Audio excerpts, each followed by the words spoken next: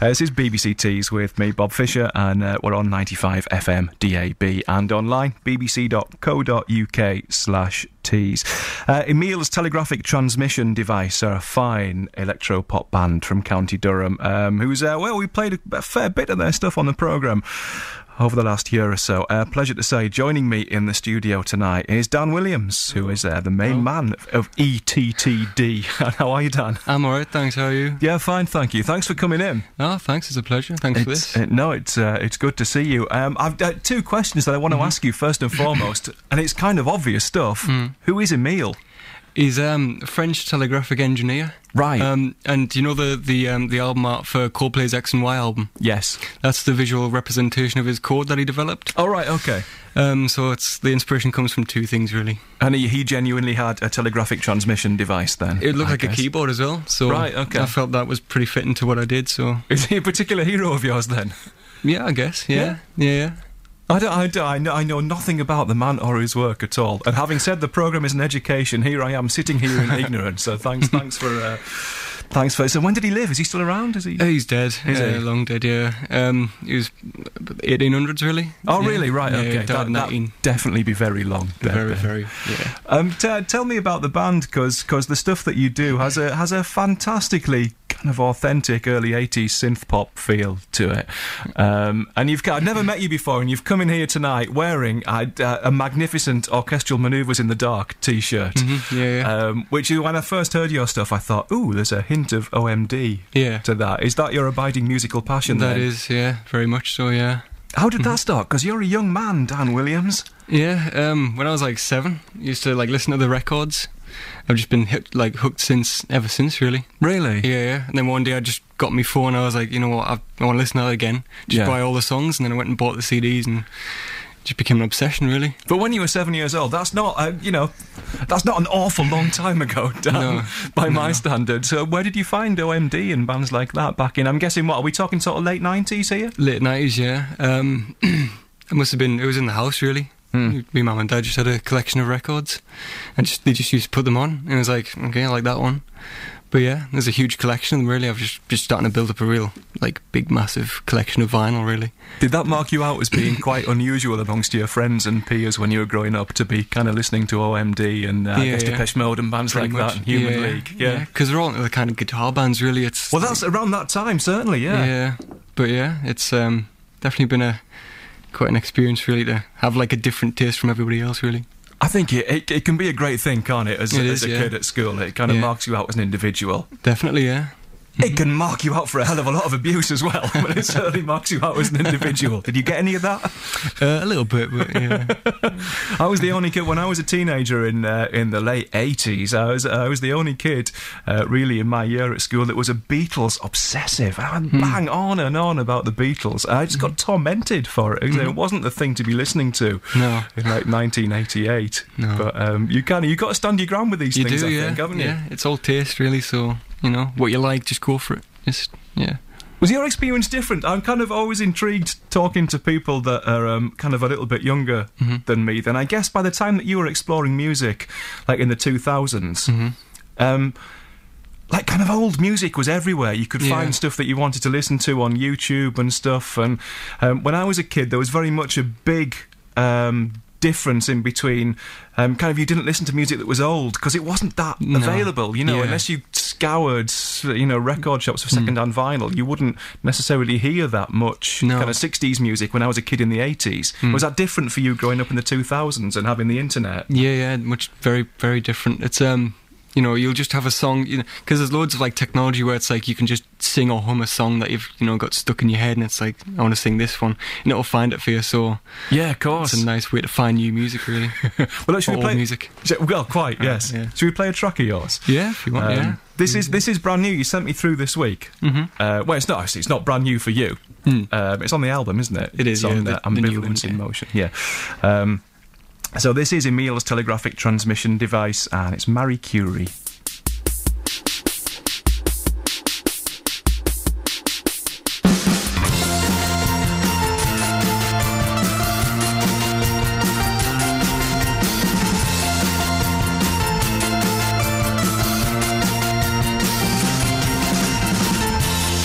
Things never be the same if it wasn't for you. If you never had an aim on the things that you pursue. At every waking hour of research going in, discover nuclear power and secrets held within.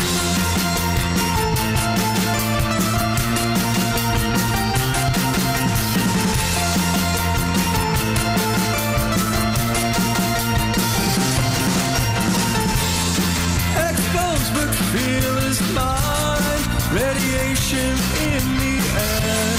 Who knew what she would find while totally unaware? The ladders getting warm as polonium enters, researching to inform from the science of creation.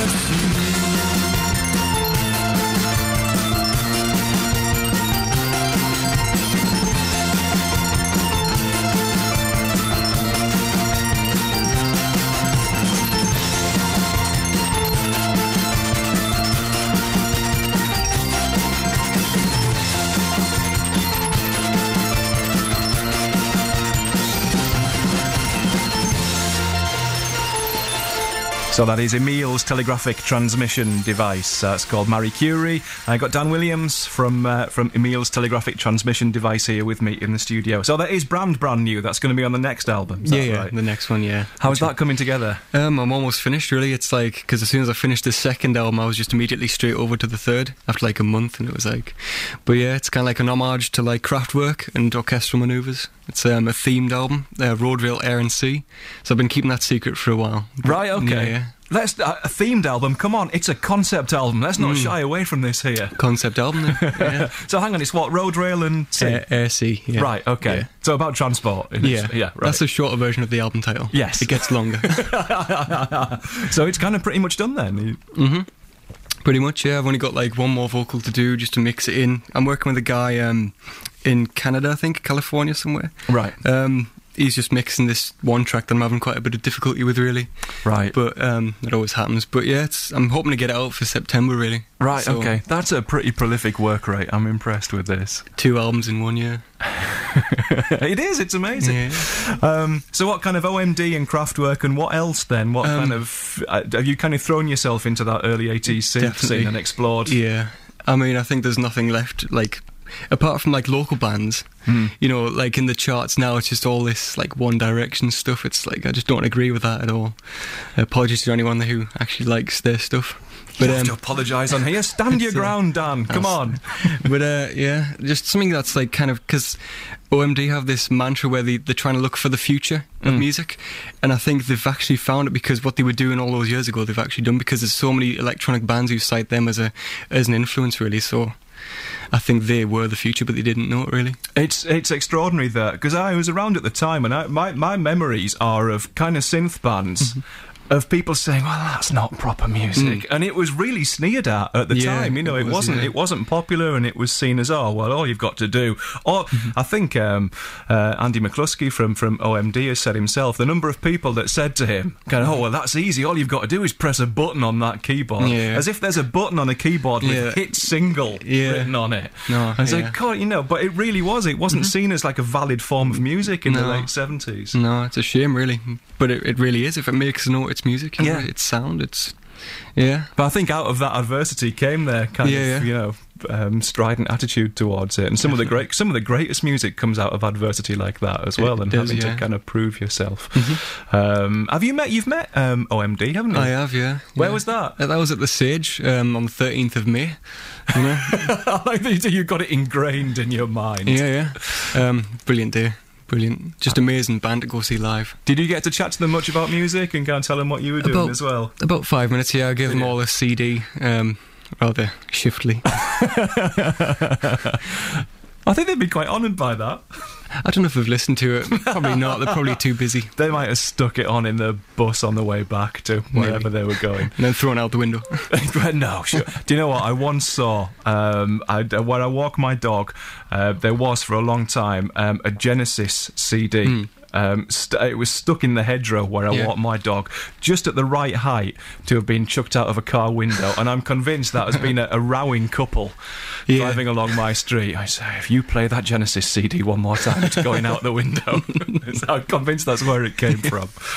Does your kind of early 80s obsession extend to the technology as well then? Do you kind of, what have you got, sort of vintage stuff? I've got a microKORG. It's a really lovely synthesizer. For those unaware, tell us about the microKORG. It's like a modern day kind of like analog synth, but it's like all digital, so it's kind of modelled on the old sounds, like very analog kind of lead sounds and pads and stuff. Yeah. But yeah, I've lent it out to someone I'm at uni with. She's Lauren. She's borrowing that for a little while because we've got like a thing coming up for uni, so I'll let her borrow that. What are you studying at uni? Music. Had to be, didn't it? Yeah. It's University of Sunderland. So is that coming to an end then? Are you in your final stretch? Final, yeah. Finish in May. Yeah. So yeah. Good luck. Thanks very much. Yeah. Are you looking to move into being a full-time musician then when you finish? Is that the plan? There's nothing I'd like to do more, really. Yeah. No, quite. Yeah, that's my life, really. Because you're there with Ceiling Demons as well, aren't you? Who we've played, which I found quite kind of odd because they're in Richmond in North Yorkshire, which is a little bit of a trek from Sunderland. But you know them fairly well. I know them fairly well, yeah. I was chatting about different music and stuff. It's quite fun. You're talking about me. Yeah. Good. Yeah. Don't tell me what you were saying, but as long as I know I'm being talked about, that's fine. It's enough to soothe my ego. No, that's great. No, say hello to... I never met them either, but say hello to them. I will do, yeah. Very lovely guys. Will you see them on Monday? Tomorrow, yeah. You will? Yeah. Okay. Yeah. No, is it Sunday tomorrow? It's Sunday tomorrow. So it is, yeah. Yeah. Monday. Okay. Yeah, that's good. Shall we play? I think this is a really, really fine piece of work, and this is on the album Ambivalence in Motion, which is it's a great album. And this, I think, it's one of the first things that I heard of yours. Now, just the track that made me kind of sit up and think, this is great. This is Emile's Telegraphic transmission device, and it's Lady Windermere.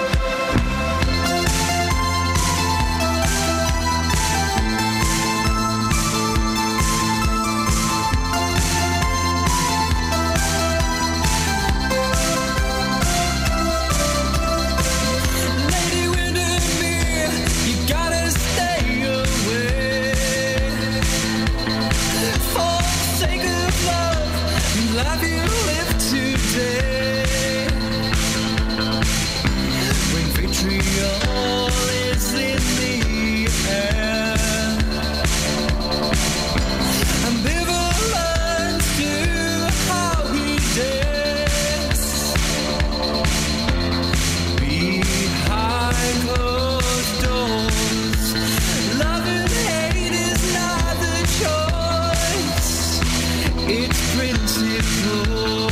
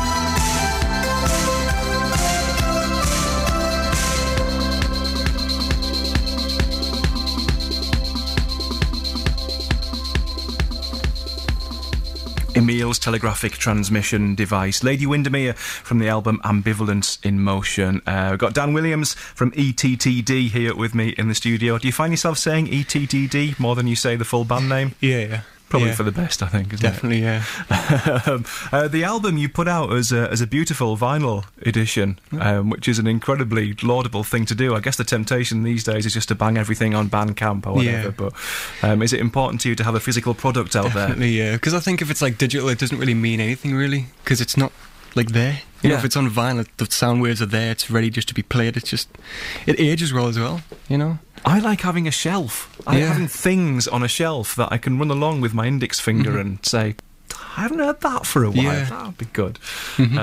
But yeah, no, it's and you gave us a thank you on the album as well, which I was very grateful for, which is totally unnecessary. But thank you for that. Yeah. So what are the plans for the album? You say it's kind of out there on vinyl now, isn't it? It is, yeah. We're doing a release at RPM Music in Newcastle. Great. On the 19th of April. I keep forgetting that date. We're just going to play some songs from it, some like from the first album, from the third album that we're working on, and just hopefully just have a really good time, really, because that's what it's about, you know. How does the live performance work then? What do you have? We've got live drums, John Timney on the live drums there. We've got a laptop, and I just feel like keyboards are there, and I play bass and sing. Yeah, just it's such a struggle trying to find other keyboard players, really, but yeah. Is it really? I can't imagine that a keyboard player. Is there a national shortage of keyboard players these days? Apparently so. He's cut backs. But yeah, do you play live quite a bit then, or is it? Not very often, no. Yeah. Not as much as I'd hope to. Yeah. I'd just love to do it all the time if I could. You do like it then? I love it, Because I tend to find kind of, I hope you don't mind me saying this, but sort of bedroom musicians often aren't particularly in love with the live experience, I find. No. But you very much are. Oh, yeah, definitely, yeah. Yeah. I'll have to try and get you some Teesside gigs. Yeah. I'll put the word out. Yeah, thanks so much. No, it's great to meet you, Dan. Thanks so much for coming you as well, in. Likewise. So it's RPM Records in Newcastle. When was that again? The 19th of April. And that's when the album will be out on iTunes. And on vinyl, yeah. Yeah. Great stuff. Can people find you on? Is there a Facebook? And there isn't there? There's a Facebook, yeah. Emile's Telegraphic Transmission Device, and there's Twitter, ETTD Official. Good stuff. There we go. Great. Cheers, Dan. All right, thanks very much. Dan Williams from Emile's Telegraphic Transmission Device. And if you want to hear that track again, Tom Robinson, Six Music tonight, is going to be on, which I know you're thrilled about as well. Definitely, yeah. Thanks very much.